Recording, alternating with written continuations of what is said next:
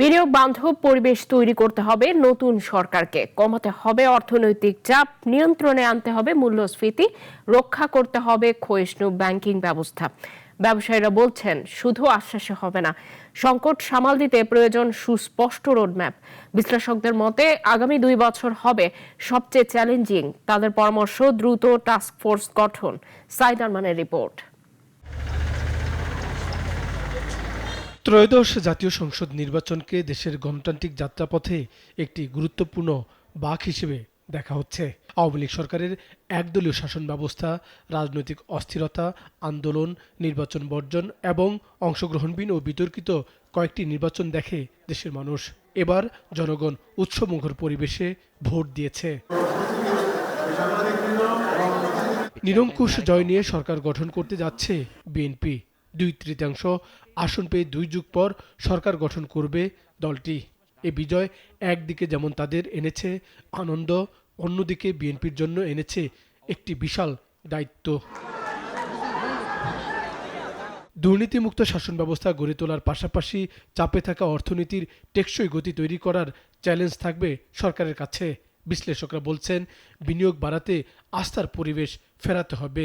তাই আগামী 2 বছর বেশি গুরুত্বপূর্ণ সরকারের থাকতে হবে বিশেষ টাস্কফোর্স। বিনিয়োগ একটা মেজর চ্যালেঞ্জ, দুর্নীতি একটা মেজর চ্যালেঞ্জ। দুর্নীতি খুব একটা বন্ধ হয় নাই, গত সরকারও ইন্টারিম সরকারের সময় দুর্নীতি খুব একটা কমে নাই, এবং এটা আমাদের সামাজিকভাবে চিন্তা করতে হবে যে হাউ টু ডিল উইথ ইট।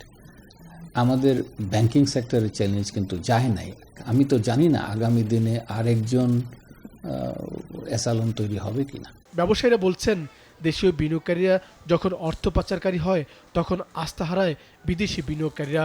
এখন পর্যন্ত আমাদের দেশের বিনিয়োগকারীদের বড় একটি অংশ অর্থ পাচারকারী হিসেবে পরিচিত। এই অবস্থার পরিবর্তন প্রয়োজন। কথার ফুলঝুরিতে তা হবে না, তৈরি করতে হবে আইনের শাসন। সত্যিকার ব্যবসায়ী যেন ব্যবসা করে বাংলাদেশে উন্নতি করতে পারে, সত্যিকার ব্যবসায়ী যারা তারা যেন ব্যবসা করে যেন দেশের উন্নয়নের অংশীদার হতে পারে, আমরা চেষ্টা করব যেন স্বার্থান্বেষী মহল যেন এখানে আবির্ভূত হতে না পারে। অন্তর্বর্তী সরকারের শাসন আমলে বিপদে পড়েন অনেক ব্যবসায়ী। চাপে পড়ে কারখানায় তালা দিয়েছেন তারা। সরকারের নানা সংস্থা পিছু নিয়েছে, কিন্তু রাজনৈতিক সরকার ব্যক্তির দায়ে ব্যবসা বাণিজ্য সংকটে ফেলবে না এমন আশা তাদের কাছে।